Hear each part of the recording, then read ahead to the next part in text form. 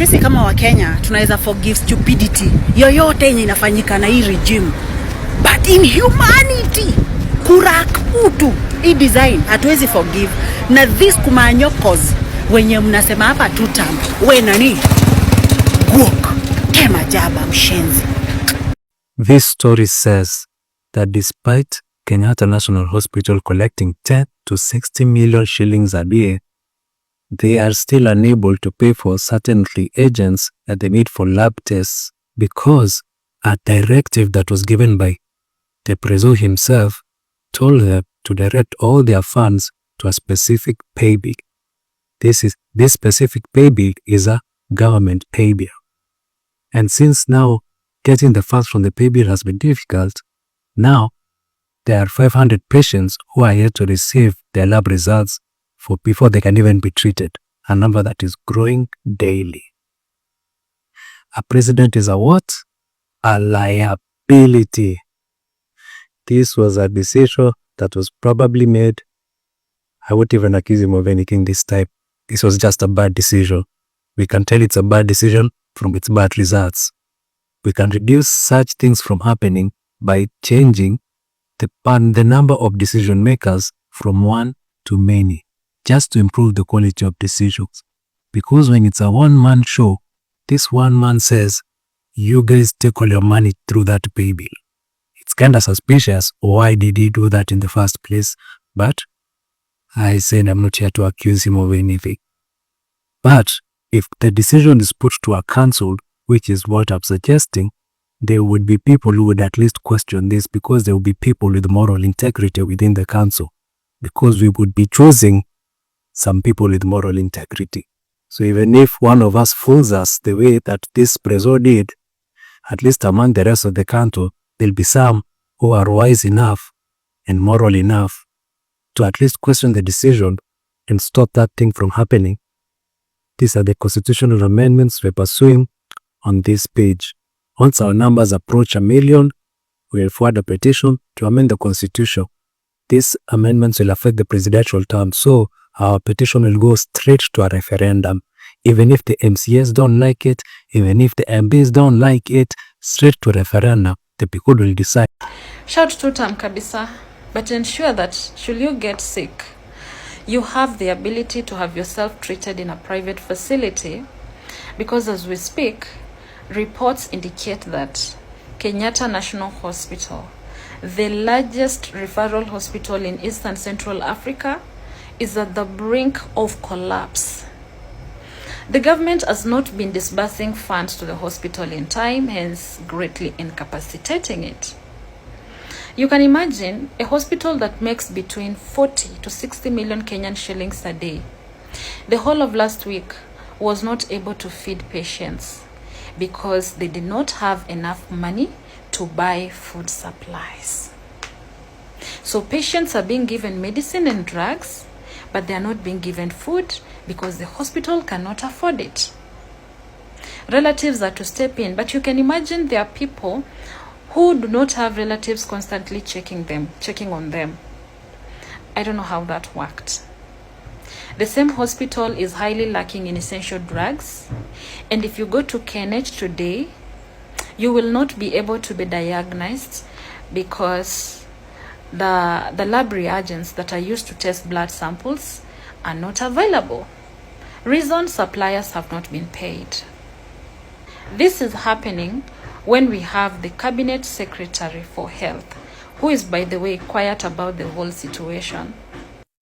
You know, sometimes you wonder what the hell is working in this government, because a few months ago, school principals were complaining that the government sent them capitation funds late, and when they received that money, it was not enough.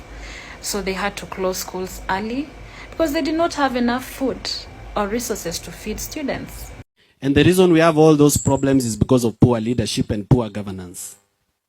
Na hiyo poor leadership na poor governance inatoka kwenu, kwa sababu mnapenda pesa.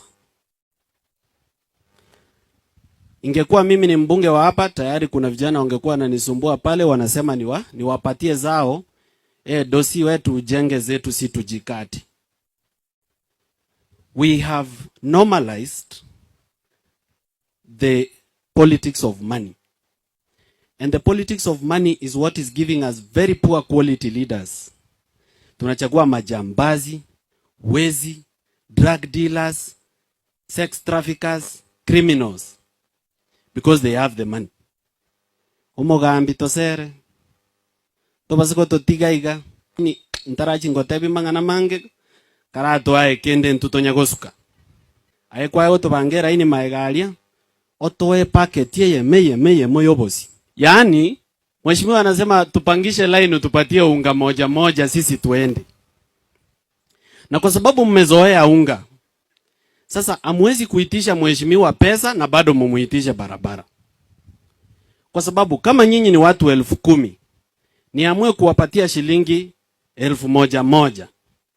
Hiyo ni pesa ngapi? Si ni 10 million.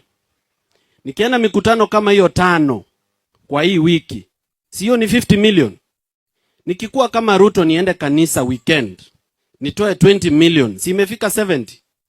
70 million kwa wiki, kwani mimi nalipo pesa ngapi? Hii 1 + 1 si ni 2. Mbona 1 + 1 yenu ni 0?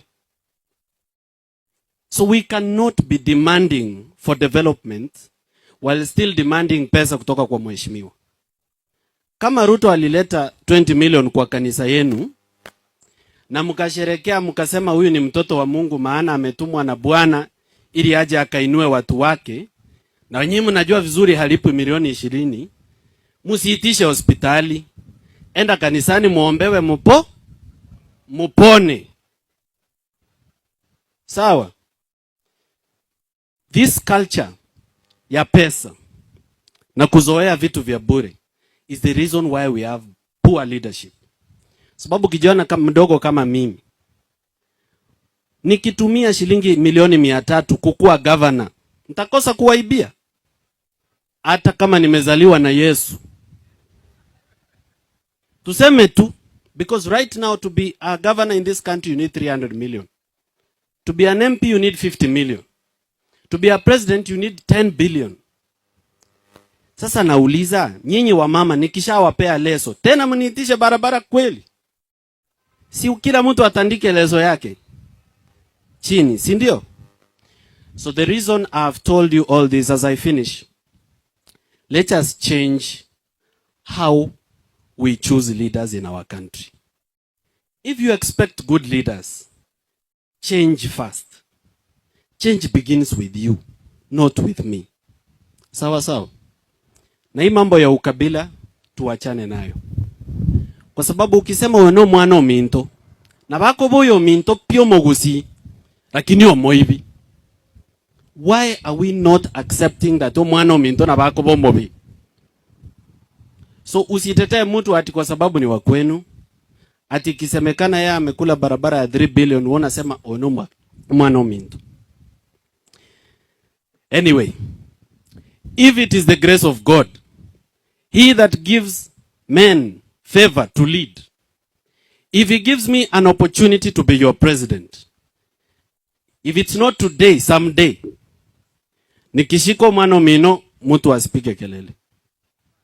Kwa sababu mimi nitawashika, nitawaweka jela, na hiyo pesa yote wameiba nitarudisha. Mumenipa ruhusa siku moja nikipata hiyo ruhusa nishike hao watu. Nyinyi mtawatetea kwamba niyo mwana mino. Sawa sawa, asante. Mungu awabariki. Mnako kwenda mbebe hiyo message. Haifanyi nini? Na sisi ambao tunapeana huduma ya afya inafika mahali tunakuwa na challenge. Maana tumetibu watu, tunangojea fedha kutoka kwa SHA ileti pesa. Sasa hata kununua madawa inakuwa shida. Ili madawa mnaona hapa ile kungangana kidogo kidogo, lakini pesa kutoka kwa SHA hakuna. Haipo. Hata nyinyi wakina mama ambao mnajifungua, iko linda mama? Iko linda mama? Sasa Kenya inaendelea mbele ama inarudi nyuma? Kama serikali haiwezi kuangalia mama ambaye anabeba uzao ambao unakuja, kuhakikisha kwamba anaangaliwa vizuri, afya yake inaangalia mzuri, hiyo serikali tupeleka mahali mazuri, mahali babaya. Sasa wamama ambao walikuwa wanazalia hospitali wamerudi kwenda kuzalia kwa mitaro na kwa mahindi huko, maana hakuna bima. Na mama kama ajifungulie hospitali, kuna uwezekano mama atakufa ama atapata majeraha mabaya ama mtoto atafanya nini? Lazima tuangalie watu wetu. We have to look at the future of Kenya. Lazima waangalie mambo ya SHA, tusidanganyane. SHA iko na matatizo, ile pesa ambayo SHA iko nayo haitoshelezi masuala ya afya.